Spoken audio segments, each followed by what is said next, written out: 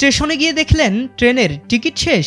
ঈদের সময়ের এই কমন সংকটের পেছনে আছে ভয়ঙ্কর এক ব্ল্যাকমেলের খেলা।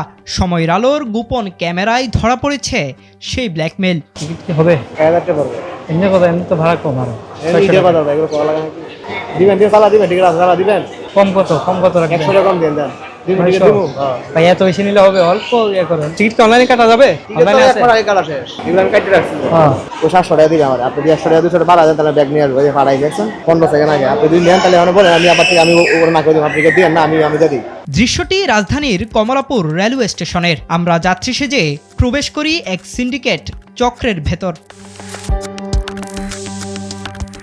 জানতে পারি ট্রেনের পুরো বগির টিকিট আগে থেকে কিনে রাখে রেলওয়ে স্টাফরা।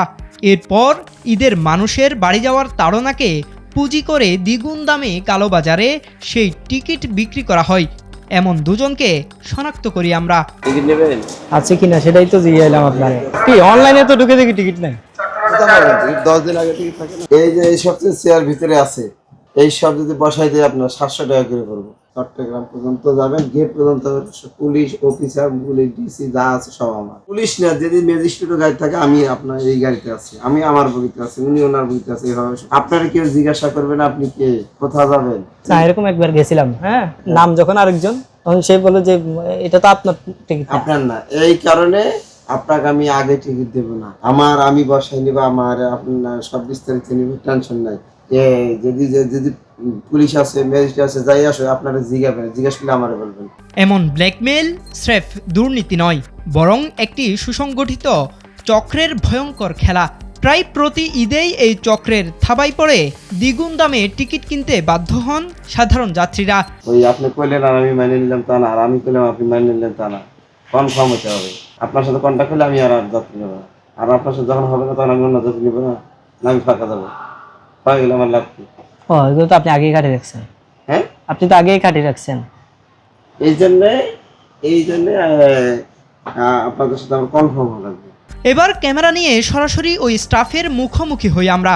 প্রথমে অস্বীকার করলেও প্রমাণ দেখানোর পর পাল্টে যায় তাদের বক্তব্য। টিকিট তো আসলে সাধারণ মানুষ কাটতে পারে না, আপনারা কিভাবে পান? আমরা টিকিট পাই না তো। আমারে আপনি বলেছেন আপনার টিকিট আছে, অগ্রিম কেটে রেখেছেন, 1000 বলেছেন, 800 হলে দিবেন না। যাত্রীদেরকে আমরা টিকিট দেন, যাত্রীরা অনলাইনে টিকিট করে। এটা কে চিনতে পারতেছেন? এটা আমি, ঠিক আছে, হ্যাঁ, টিকিটটা আমি কাটি নাই, বুঝছেন তো। টিকিটটা আমার কাছে ছিল, আমাদের একটা বাইরে কাট ছিল। তুই বলতে নাকি যাবে না, তারপর বলতে তুই এটা নিয়ে নে, তুই যদি করতে পারো তাহলে। কাজ করি আর 3-4 বছর ধরে প্রতিবারই দেখি আপনারা একই কথা বলেন যে বন্ধু বান্ধবের, বারবার বন্ধু বান্ধব আপনাদের সাথে যোগাযোগ করে দেন। আপনি কি দায়িত্বে আছেন এখানে? এক্সপার্ট। সাধারণ মানুষ টিকিট পায় না আর আপনি বগির শহর নিয়ে নিচ্ছেন। আমাদের কাছে রেকর্ড আছে, আপনি বলছেন আপনার কাছে সম্পূর্ণ বগির টিকিট আছে। না স্যার, এটা ভুয়া কথা স্যার। কাকে বলেছেন শুনেন? না ভুয়া কথা স্যার। আপনি আমাকে বলেছেন? আমাকে না স্যার, ভুয়া কথা স্যার। টিকিট করবেন না আমার সাথে শুনে না স্যার, আমরা প্রশ্নের ব্যবস্থা নেই। না স্যার, এটা কালো বাজার করেন না স্যার। আমি যখন বলেছি পুলিশ যদি ধরে। না পুলিশ না, না ওটা বলে না স্যার। বাংলাদেশের টিকিট পাচ্ছেন আর কালোবাজারি শুরু। না স্যার, ভুয়া কথা স্যার। আমরা কয়েকজন দেখেছি একটা সিন্ডিকেট আপনারা যাত্রীদের কাছে বেশি টাকা না এরকম না স্যার। আমাদের একটা সিট আছে, স্টাফের সিট, আমরা 2-1 নিতে পারি স্যার, এই স্টাফের জন্য। আমরা 3 জন যাব বলেছি। বুঝছেন স্যার, এটা স্যার। না স্যার, এটা ভুয়া কথা বলেছেন। আগে কাটা আছে। না স্যার, 10 দিন আগে কাটতে হয়, নাইলে ফাঁকা পাওয়া যায় না। আপনি জাস্ট বলে ফেলেন টিকিট কোথা থেকে পাচ্ছেন এটা বলে না স্যার, ভুয়া কথা ফেলেন। না। আমি বলছি স্যার, আমরা শুনেন স্যার, বয়স আমাদের স্টাফের সিট আছে, 1 লোক নিতে পারি আমরা জাস্ট। সাধারণ মানুষ লাইনে দাঁড়িয়ে কিংবা অনলাইনে টিকিট না পেয়ে ভোগান্তিতে পড়ছেন। অন্যদিকে এসব অসাধু চক্র টিকিট দখলে নিয়ে করছে কালোবাজারি। জাহেদুল ইসলাম আরিফ, সময়ের আলো, ঢাকা।